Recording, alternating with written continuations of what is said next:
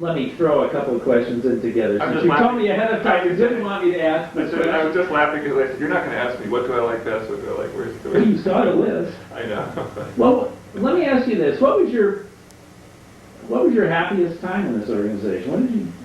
What have you enjoyed the most in this organization? If it's one thing, or a whole series of things, or a whole. Well, see, now I've committed the cardinal sin of, that Colin Gibson would call me up about.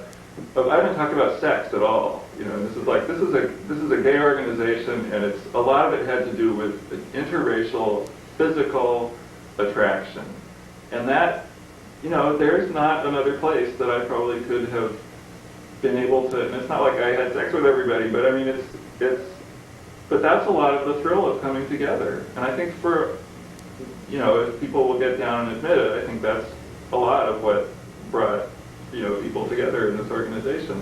And we took a lot of criticism for that, and a lot of it probably somewhat justified or whatever.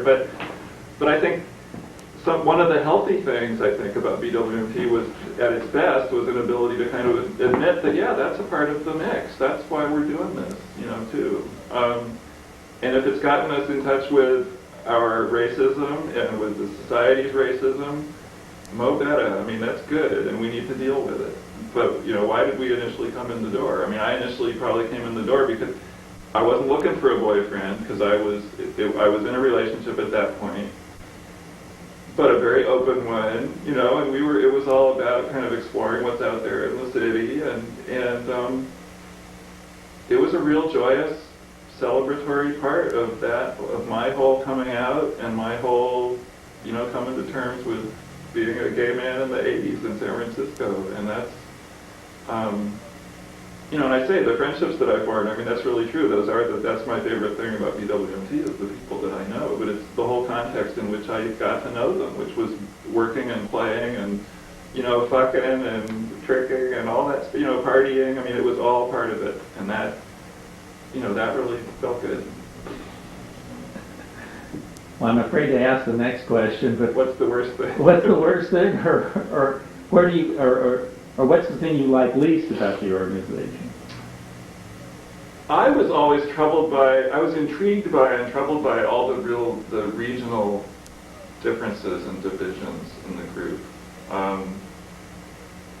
And it was kind of an eye-opener to me when I went to Atlanta, I remember, and really learning about these real different styles of relating but real suspicions too that people had of one another from, and it's a good thing in the sense of it's, bringing people together for more mutual understanding and stuff, but it was puzzling to me sometimes the depth and the virulence of the disagreements that would go on about things. And so I guess maybe, and then as I came to a better understanding, we sort of talked about it more. I mean, that's just the whole idea is of sort of internalized, hatred, internalized racism, and internalized homophobia that a lot of us were dealing out of. I mean, it seemed like there was a lot of kind of destructive dynamics, interpersonal dynamics that would happen in some of those meetings and things like that, and that was always kind of troubling for me. Do you think that's changed any over the years, or have you not? I'm not close enough to really be able to say. I don't know. I'd like to think so. I'd like to think that as individuals we change and we grow, but...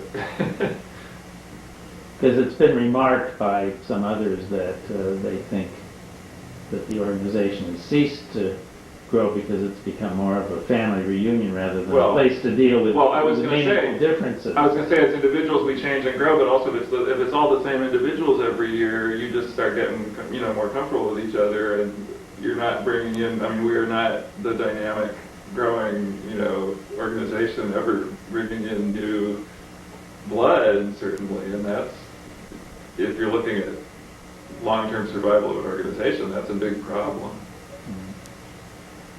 Well, that leads me to my last question, which is what future do you see for this organization, either locally or nationally? The wheelchair jockey, the wheelchair rally, The aging of the organization. Right. Well, it is, and it's.